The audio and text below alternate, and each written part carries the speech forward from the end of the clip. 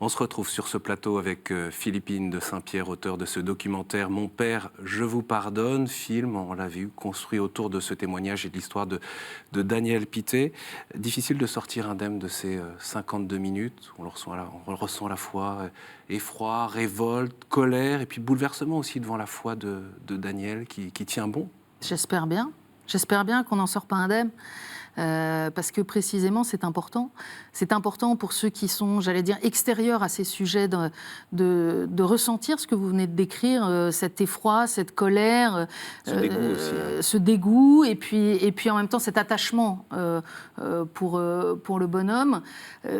Nous, je peux vous dire, pour avoir passé avec Alec Bonneton, qui a construit et monté ce film, on a passé plusieurs semaines, à la fois avec Daniel, et puis à construire ce film, donc avec son histoire. Évidemment, on n'en sort pas indemne, mais quand on dépasse aussi ces premiers sentiments, l'idée c'est de se dire que moi je reste très frappée par les propos du père Ducaro. Vous voyez, peut-être que ce travail de vérité, il est extrêmement douloureux pour tout le monde, mais il est absolument nécessaire, et je pense que l'Église en sortira plus pure, plus sainte, et en tout cas c'est sa nature même que d'être proche des plus petits et des blessés, donc là il y a quelque chose à réparer. Alors ces semaines avec Daniel, vous en gardez quoi? Parce que le tournage a duré plusieurs semaines, à plusieurs reprises. Alors il y a eu le tournage, beaucoup de jours de tournage, et puis il y a eu ensuite tout le montage où nous on reste avec ces images. Mais pendant le tournage, ce qui a été incroyable finalement, c'est que Daniel nous a accueillis chez lui. Et ce qui est incroyable, c'est de voir que, voilà, aujourd'hui Daniel c'est un homme marié à une épouse très forte qui l'aide aussi, qui le soutient. Mais c'est un couple magnifique avec 6 enfants magnifiques. Et voilà, de voir ça alors qu'on connaît son histoire, c'est vraiment extraordinaire. C'est aussi un homme qui a une foi intense, et de partager ce quotidien avec lui, de voir cette foi en action, son rapport de vérité à l'Église, où il dit très clairement ce qui lui déplaît, mais où il est aussi un amoureux de l'Église très profondément. Ça, c'est extrêmement réjouissant, nourrissant, et je pense qu'en nous qui avons fait le film, ça laissera des traces pendant longtemps. Justement, comment l'Église a accueilli la démarche de Daniel Pittet? On entend. Alors, on a vu dans le film, il a d'abord été accueilli, entendu dans un premier temps, puis dans un deuxième temps vraiment reconnu comme victime, et on sait combien c'est absolument essentiel. Le père Pralon l'explique bien dans le film, cette reconnaissance du statut de victime, du fait que l'enfant n'y est pour rien, qu'il n'est pas complice.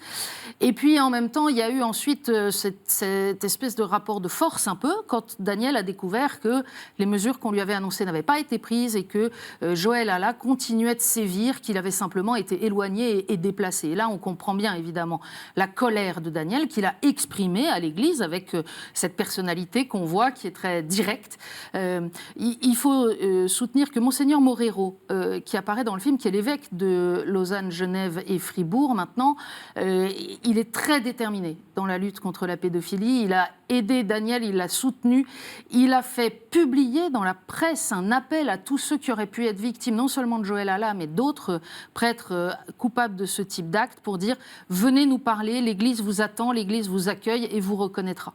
Le pape François, d'ailleurs, recevait dernièrement les membres de la commission de protection des mineurs qu'il a lui-même instituée en 2014 pour lutter contre la pédophilie dans l'Église. Il a souhaité d'ailleurs durcir les mesures contre les clercs pour lesquels les faits étaient avérés. Est-ce que les temps changent? Bien sûr, les temps changent.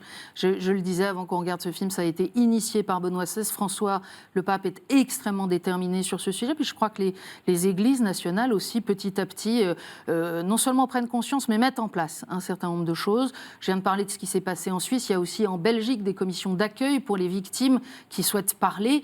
Et puis en France, ces cellules d'écoute dans les diocèses, également au niveau national, on le sait, qui ont été mises en place au cours des derniers mois, des dernières années. Donc oui, il n'est que temps. On peut regarder ça de 2 manières, se dire c'est catastrophique que ça arrive si tard.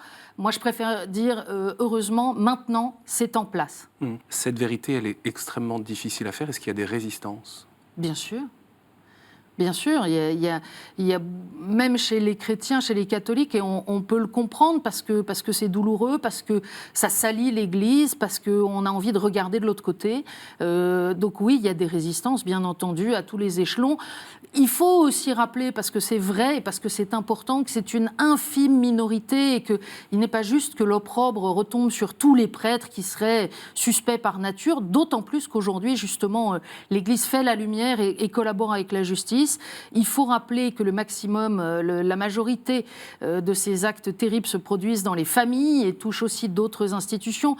Tout ça, il faut le dire, et on entend parfois, et même ici à KTO, hein, dans nos téléspectateurs, dans nos collaborateurs, des gens qui disent « arrêtez d'en parler, ça suffit maintenant ». Non, en fait, il faut continuer d'en parler tant que toutes les vérités n'auront pas pu être dites, tant qu'il y a des gens qui souffrent en silence, qui sont enfermés dans leur histoire, on doit pouvoir faire le maximum pour les aider. Vous l'avez dit, Philippine, KTO a souhaité produire, réaliser, tourner ce film et le diffuser. Au fond, quel est le rôle d'un média d'église dans ce contexte-là, précisément ? Justement, contribuer, nous aider à comprendre, donner la parole aux victimes, faire comprendre à chacun, mais aussi aux responsables, la vérité, la réalité de ce que représentent ces crimes épouvantables qui cassent non seulement l'intérieur, l'affectivité, mais même la relation avec Dieu. Hein, on l'entend expliqué dans le film. Et puis, je crois aussi qu'il y a une petite chose par rapport à notre esprit à tous. Quand ce sont des films ou des sujets qui sont traités par des médias généralistes, il est un peu facile parfois pour nous, catholiques, de nous dire « oui, mais c'est parce qu'ils n'aiment pas l'Église. Donc forcément, ils vont chercher des choses négatives. » KTO, nous, je pense que c'est assez clair. Nous aimons l'Église, nous souhaitons la servir. Nous aimons l'Évangile, nous souhaitons le servir. Et c'est justement pour ça qu'on a produit ce film. Je ne sais pas si vous pourrez répondre à cette question, mais est-ce que témoigner contribue ou aide Daniel à faire ce chemin de guérison? Est-ce que vous pensez que ce chemin peut aussi, ou cette prise de parole peut aussi aider les personnes qui ont été victimes? Alors pour Daniel, c'est évidemment à lui qu'il faudrait poser la question. En tout cas, il avait ce désir de faire ce film. Ça a été douloureux pour lui aussi, hein, comme pour écrire son livre, de faire remonter à la surface un certain nombre de choses. Daniel est un homme fragile, abîmé, il le dit lui-même, mais c'est un homme debout et c'est un homme infiniment attachant. C'est aussi l'histoire d'une belle amitié qui est née au cours de ce film. Maintenant, pour toutes les autres victimes, encore une fois, et même peut-être pour des coupables, hein, parce qu'il y a des pédophiles pervers qui sont des malades qui sont eux aussi emprisonnés dans cette pulsion et dans ces démarches épouvantables, dans ces crimes. Donc, s'il y a une seule personne que ce film peut aider, s'il y a une personne qui nous regarde, qui a vu ce film, et que ça peut encourager à parler à quelqu'un, peu importe qui. Il y a des cellules d'écoute dans l'Église, mais ça peut être n'importe qui, c'est le début d'un chemin, alors on aura bien fait de le faire. Merci beaucoup, Philippine, pour ce travail, pour votre engagement. Merci aussi, évidemment, à Daniel Pittet pour son courage, son audace à travers ce témoignage, d'avoir accepté de tourner avec vous ce film. Je signale que ce livre, Mon Père, je vous pardonne, c'est un livre aux éditions Philippe Ray. C'est aussi un film qu'il faut partager. N'hésitez pas, vous pouvez bien sûr le revoir sur le site internet de KTO. Et puis c'est de notre responsabilité à tous de faire connaître ce témoignage, de porter cette parole des victimes d'abus sexuels. Alors n'hésitez pas à le transmettre également. Merci à vous pour votre fidélité.